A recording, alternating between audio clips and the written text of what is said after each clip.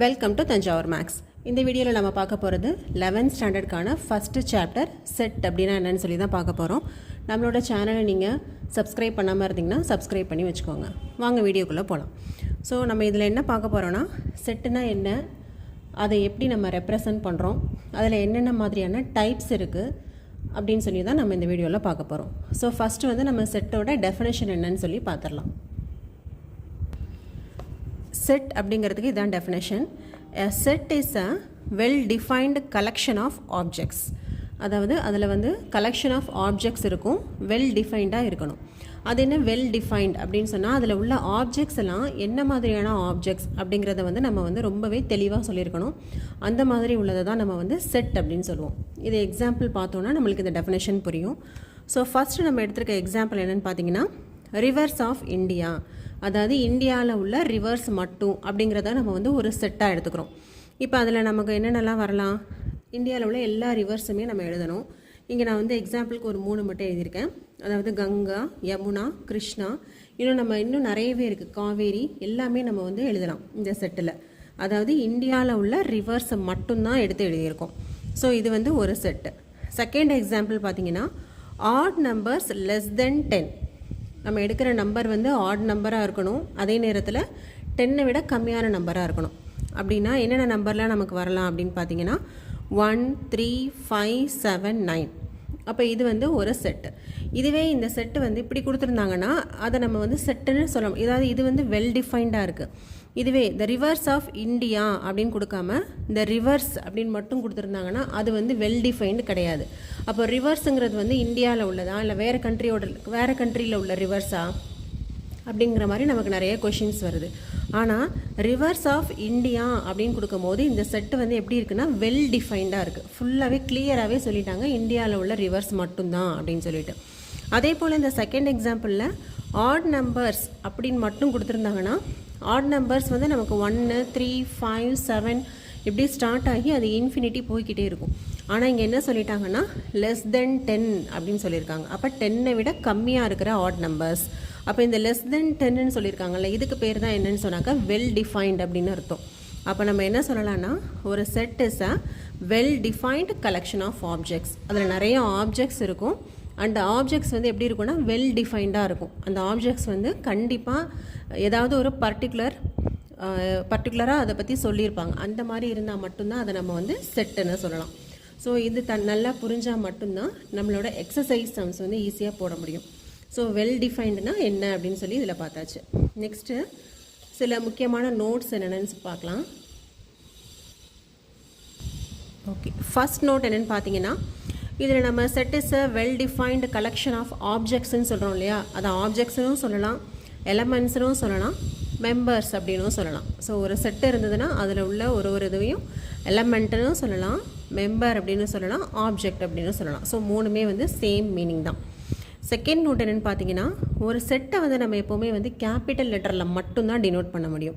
அதாவது capital A, B, C என்ன letter வேணுமோ கொடுக்கலாம் நீங்கள். ஆனால் கேபிட்டல் லெட்டர் மட்டும்தான் ஒரு செட்டை டினோட் பண்ணுறதுக்கு கொடுக்கணும்.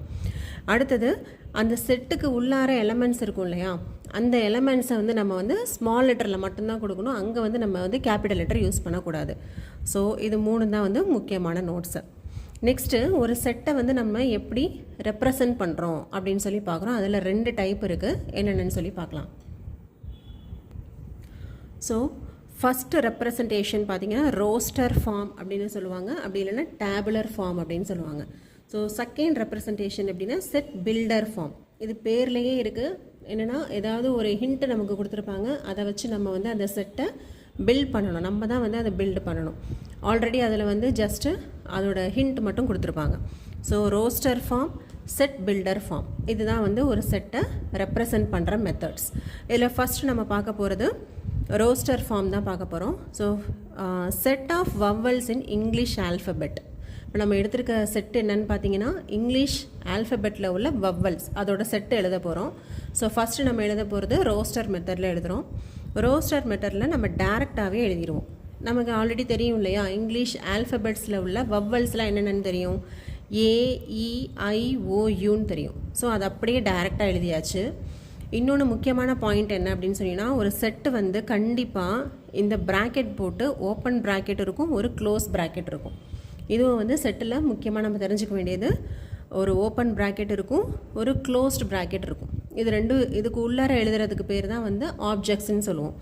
அதே போல் இந்த ரோஸ்டர் ஃபார்மில் எழுதும் போது இங்கே உள்ள ஒவ்வொரு எலமெண்ட்ஸ், இப்போ ஏங்கிறது ஒரு எலமெண்ட்டு, ஈங்கிறது ஒரு எலமெண்ட், ஐங்கிறது ஒரு எலமெண்ட், ஓங்கிறது எலமெண்ட்டுன்னு சொல்லலாம், ஆப்ஜெக்ட்னு சொல்லலாம், மெம்பர் அப்படின்னு சொல்லலாம். இந்த ஒவ்வொரு மெம்பரையும் நம்ம வந்து கமா வச்சு செப்பரேட் பண்ணணும். ஸோ இடையில வந்து கேப் மட்டும் விடக்கூடாது. கண்டிப்பாக ஒரு மெம்பருக்கு நடுவுலையும் நம்ம வந்து கமா போட்டு செப்பரேட் பண்ணியிருக்கணும். இந்த ப்ராக்கெட்ஸ் கண்டிப்பாக போட்டிருக்கணும். இப்போ நம்ம பார்த்த மாதிரி இந்த செட்டை வந்து நான் கேபிட்டல் வி அப்படின்னு சொல்லி ரெப்ரசன்ட் பண்ணியிருக்கேன். அதில் உள்ளார உள்ள எலமெண்ட்ஸ் எல்லாத்தையும் நம்ம எப்படி எழுதியிருக்கோம், ஸ்மால் லெட்டரில் மட்டும்தான் எழுதியிருக்கோம். இந்த உள்ளார எழுதும் போது அதாவது அதோட மெம்பர்ஸை வந்து கேபிட்டல் லெட்டரில் எழுதக்கூடாது, அதே போல் செட்டை வந்து ஸ்மால் லெட்டரில் ரெப்ரசன்ட் பண்ணக்கூடாது. ஸோ இது கண்டிப்பாக கேபிட்டல் லெட்டரில் தான் இருக்கணும். இந்த மெம்பர்ஸ் எல்லாம் கண்டிப்பாக ஸ்மால் லெட்டரில் தான் இருக்கணும். ஸோ இது வந்து ரோஸ்டர் ஃபார்ம். ஸோ டைரெக்டாக நம்ம வந்து இங்கிலீஷில் அதாவது ஆல்ஃபபெட்டில் உள்ள வவ்வல்ஸ் என்னென்ன அப்படின்னு சொல்லி டைரெக்டாக எழுதிட்டோம். இப்படி டைரெக்டாக எழுதுகிற மெத்தடுக்கு பேர் தான் வந்து roster form or tabular form அப்படின்னு சொல்லுவாங்க. செகண்டாக ஒரு மெத்தட் பார்த்தோம், அது என்னென்னு சொன்னால் செட் பில்டர் ஃபார்ம். அப்போ நம்ம எப்படி இருக்கணும் அப்படின்னா ஹிண்ட் மாதிரி இருக்கணும். நம்ம கொடுக்குற செட்டு வந்து ஹிண்ட் மாதிரி இருக்கணும். அதுலேருந்து நம்ம வந்து பில்ட் பண்ணணும் என்ன அப்படின்னு சொல்லி. ஸோ செட் பில்டர் ஃபார்ம் இதுக்கு எப்படி எழுதலான்னா, v ஈக்குவல் டு, இதை எப்படி படிக்கணும் அப்படின்னா செட் ஆஃப் ஆல் எக்ஸு, இந்த எக்ஸுக்கு பேர் வந்து செட் ஆஃப் ஆல் எக்ஸு, இங்கே ஒரு கோலன் வச்சுருக்கோம், இதை வந்து நம்ம சச் தட் அப்படின்னு சொல்லி படிக்கணும். ஓகே, இந்த எக்ஸுங்கிறது இருக்கு இல்லையா, இது வந்து என்னென்னா செட் ஆஃப் ஆல் எக்ஸ். அந்த எக்ஸுக்குள்ளே நிறைய ஒரு செட் இருக்குது அப்படின்னு அர்த்தம். ஏதோ ஒரு நிறைய எலமெண்ட்ஸ் இருக்குதுன்னு அர்த்தம். இப்படி கோலனை வந்து நம்ம எப்படி ரீட் பண்ணணும்னா சச் தட் அப்படின்னு சொல்லி படிக்கணும். சச் தட் அதாவது அதில் உள்ள எலமெண்ட்ஸ்லாம் எப்படி இருக்கும் அப்படின்னா, X is a vowel in English alphabet.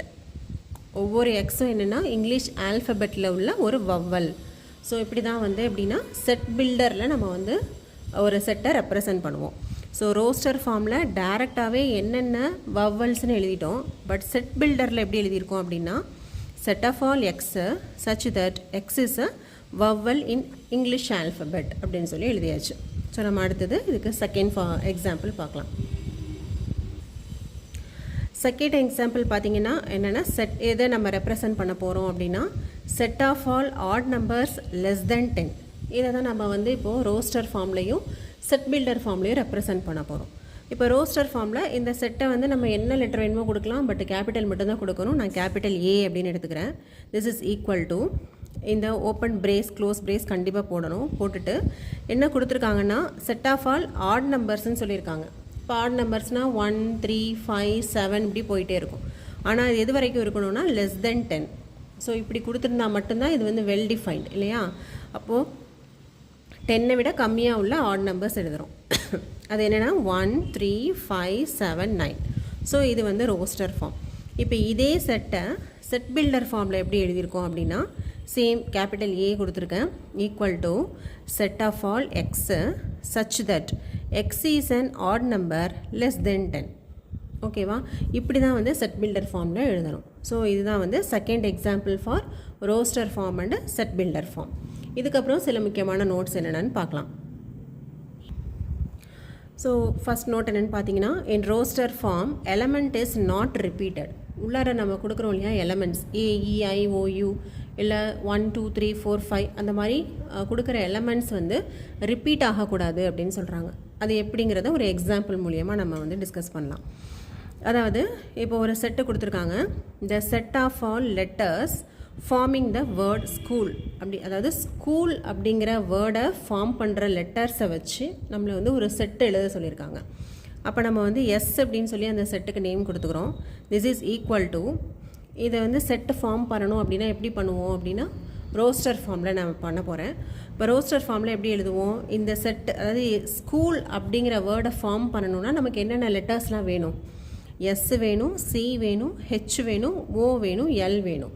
ஆனால் இந்த ஓங்கிற லெட்டர் மட்டும் எத்தனை தடவை வரும் ஸ்கூலில், டபுள் டைம் வரும். ஆனால் டபுள் டைம் வந்தாலும் சரி, அதுக்கு மேலே எத்தனை தடவை வந்தாலும் சரி ரோஸ்டர் ஃபார்மில் டினோட் பண்ணும்போது நம்ம வந்து ஒரே ஒரு தடவை மட்டும்தான் அந்த எலமெண்ட்டை வந்து போடணுமே தவிர இந்த ஓங்கிற அந்த எலமெண்ட்டை வந்து திருப்பி நம்ம ரிப்பீட் பண்ணக்கூடாது. இப்போ இந்த ஸ்கூலுங்கிற ஒரு வேர்டை ஃபார்ம் பண்ணுறதுக்கு SCHOL இந்த லெட்டர்ஸே போதும் இல்லையா? அப்போ ஒரு ரோஸ்டர் ஃபார்மில் இதுக்கு வந்து நான் செட் எழுதும் போது இந்த டபுள் ஓ போடக்கூடாது, ஒரே ஒரு ஓ மட்டும்தான் போடணும். இதுதான் இவங்க கொடுத்துருக்கிற ரூல். அதாவது அந்த எலமெண்ட்ஸ் வந்து கண்டிப்பாக ரிப்பீட் ஆகக்கூடாது. இங்கே வந்து ஓ இஸ் நாட் ரிப்பீட்டட். ஸோ இதோட இந்த சாப்டருக்கான இன்ட்ரொடக்ஷன் வந்து முடியுது. அடுத்தடுத்த வீடியோவில் நம்ம வந்து எக்ஸசைஸ் சம்ஸ் எல்லாம் பார்க்கலாம். Thank you viewers. உங்களுக்கு இந்த வீடியோ பிடிச்சிருந்ததுன்னா லைக் பண்ணுங்கள், உங்கள் ஃப்ரெண்ட்ஸுக்கு ஷேர் பண்ணுங்கள். தேங்க்யூ ஃபார் வாட்சிங்.